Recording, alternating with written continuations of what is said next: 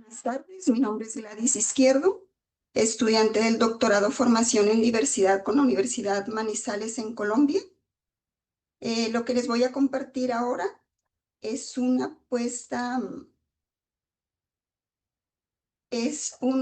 estudio que se hizo como estudio de caso de inclusión educativa y comportamiento desafiante en la primera infancia, cuya categoría emergente fue el limbo educativo intersectorial. Lo que vamos a revisar ahora, y nació este estudio, es unos interrogantes y unas preguntas que como maestra del grado transición me hago. ¿Bajo qué condiciones puede activarse un plan individual de ajuste razonable SPIAR sin un diagnóstico clínico formal?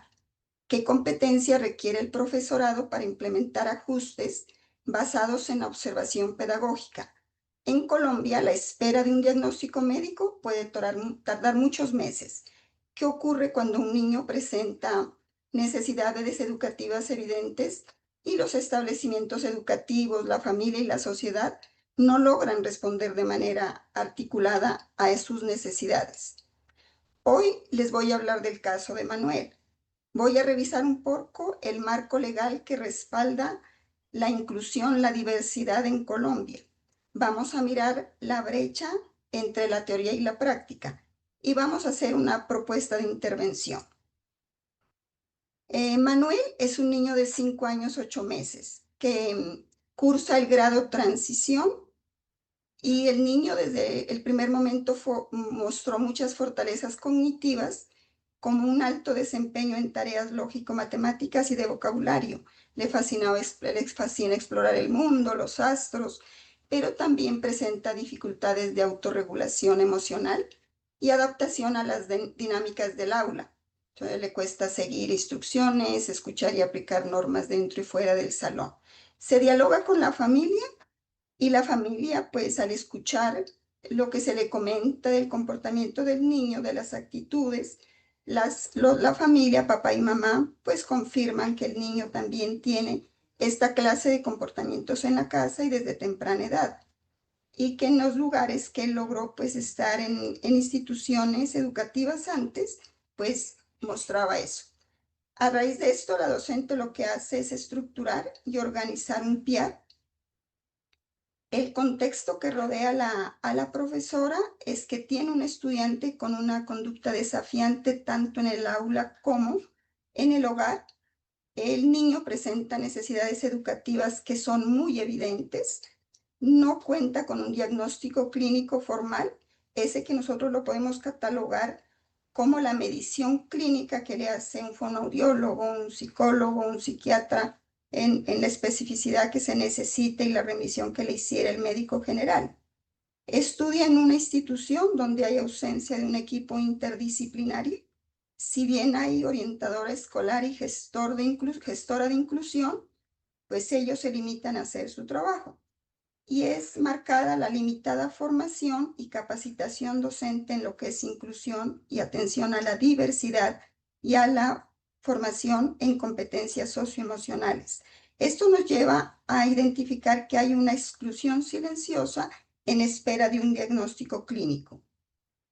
En el contexto nacional, Colombia tiene una ley muy clara y muy robusta que nos orienta a los maestros y a las instituciones educativas a decir, no se necesita un diagnóstico para actuar. Pues contamos con la ley de inclusiva, la 1618, en ella es claro la necesidad de atender a niños que necesitan flexibilidad curricular y la atención. En el decreto 1421 del 2017, pues se nos da orientaciones claras de lo que es un PIAR, un plan individual de ajustes razonables, entendiendo las necesidades e intereses de cada estudiante. Hay orientaciones desde el Ministerio de Educación. En el decreto 1411 encontramos ese derecho, se especifica el derecho que todos los niños tienen a ingresar a cualquier establecimiento educativo. En la circular 020 del 2022, pues se especifica lo de la discapacidad y la necesidad de los establecimientos educativos prepararse para recibir a esta población.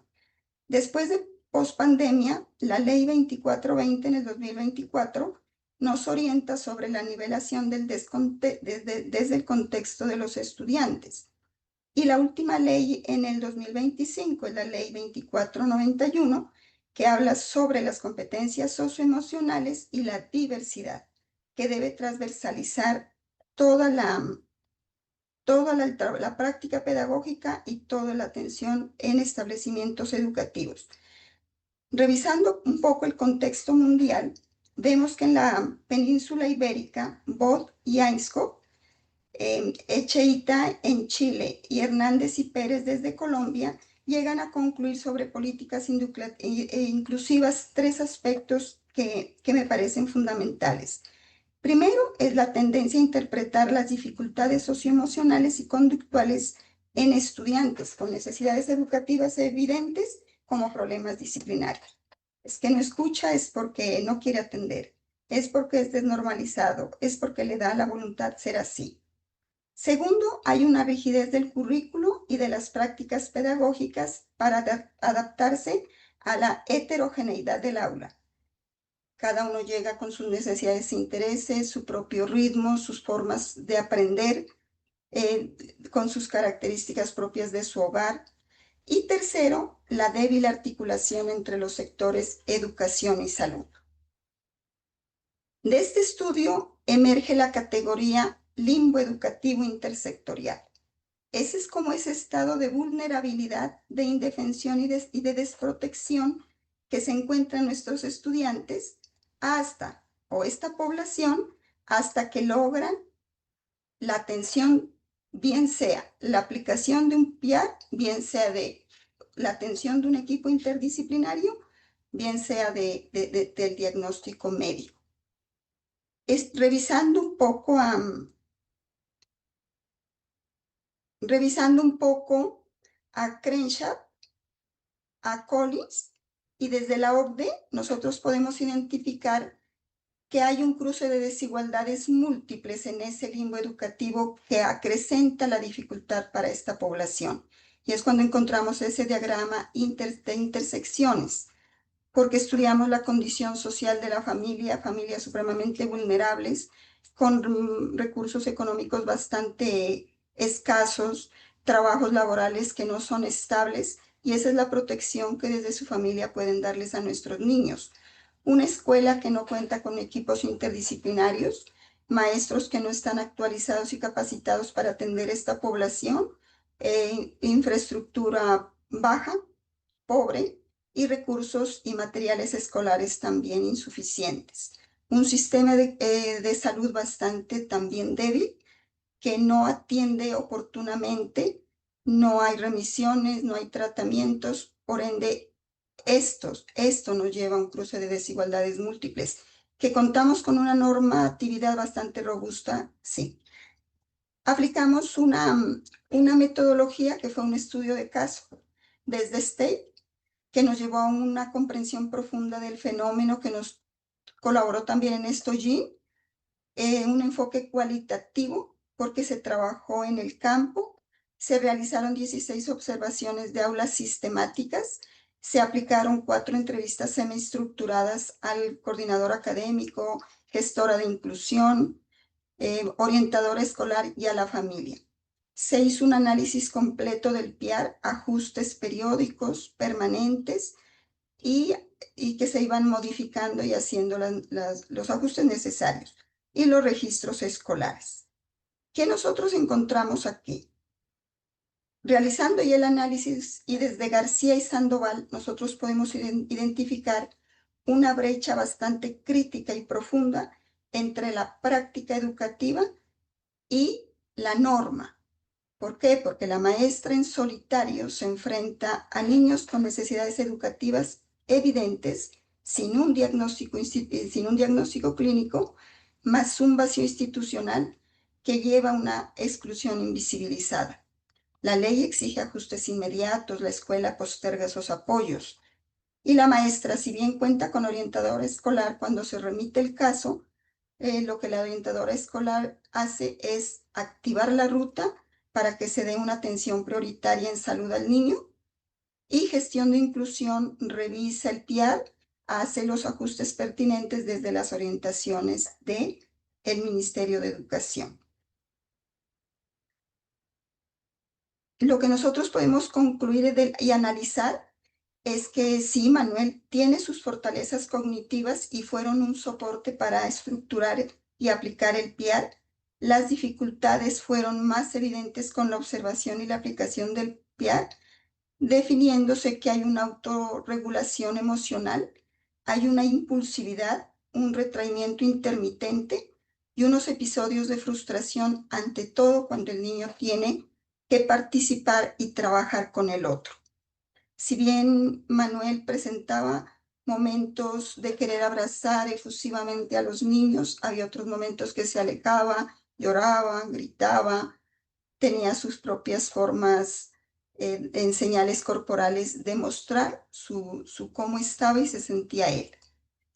Los hallazgos nos llevan desde ese análisis a que hay una brecha crítica entre el mandato jurídico versus las prácticas institucionales. Hay una sobrecarga docente, hay una falta de preparación docente, familias vulnerables, hay una ausencia de articulación intersectorial entre salud y educación, y esto nos da como resultado un limbo educativo interseccional. Esto es exclusión, que más aunado, como lo habíamos dicho, a esta población, y la falta de categorización lleva a un bloqueo de apoyos oportunos. ¿Qué es lo que nosotros debemos hacer y cuál es la propuesta de intervención que se debe hacer inmediatamente? No podemos esperar un diagnóstico. Es reconocer la vida antes que la categoría y es reconocer la diversidad para poder incluir. Comprender los comportamientos desafiantes implica dejar de preguntarnos qué le pasa al niño y comenzar a preguntarnos qué está ocurriendo en los entornos que deberían proteger su vida, su desarrollo, su derecho a aprender. Desde la parte institucional y desde la parte de la práctica educativa de los docentes, pensamos que es supremamente necesario actualizar y formar a los docentes en las prácticas inclusivas, en herramientas que tengan para esta población, en programas de educación emocional para reducir esas conductas disruptivas, necesidad de flexibilizar currículos y hacer seguimientos, acompañamiento, ajustes periódicos. Para esto se necesita autonomía escolar. Brackett y River, y desde la OCDE, pues nos orientan esto, ¿cierto? La necesidad de que el maestro tenga autonomía escolar. Esto no es tan fácil lograrlo, porque hay un sistema también que tiene sus ejes eurocentrados, donde a veces se desconocen los saberes propios, se desconoce el aporte que se puede hacer desde los contextos, hay marcados unos lineamientos curriculares. Esto baja la autonomía de los docentes. Y también no se cuenta con la infraestructura, como lo habíamos dicho.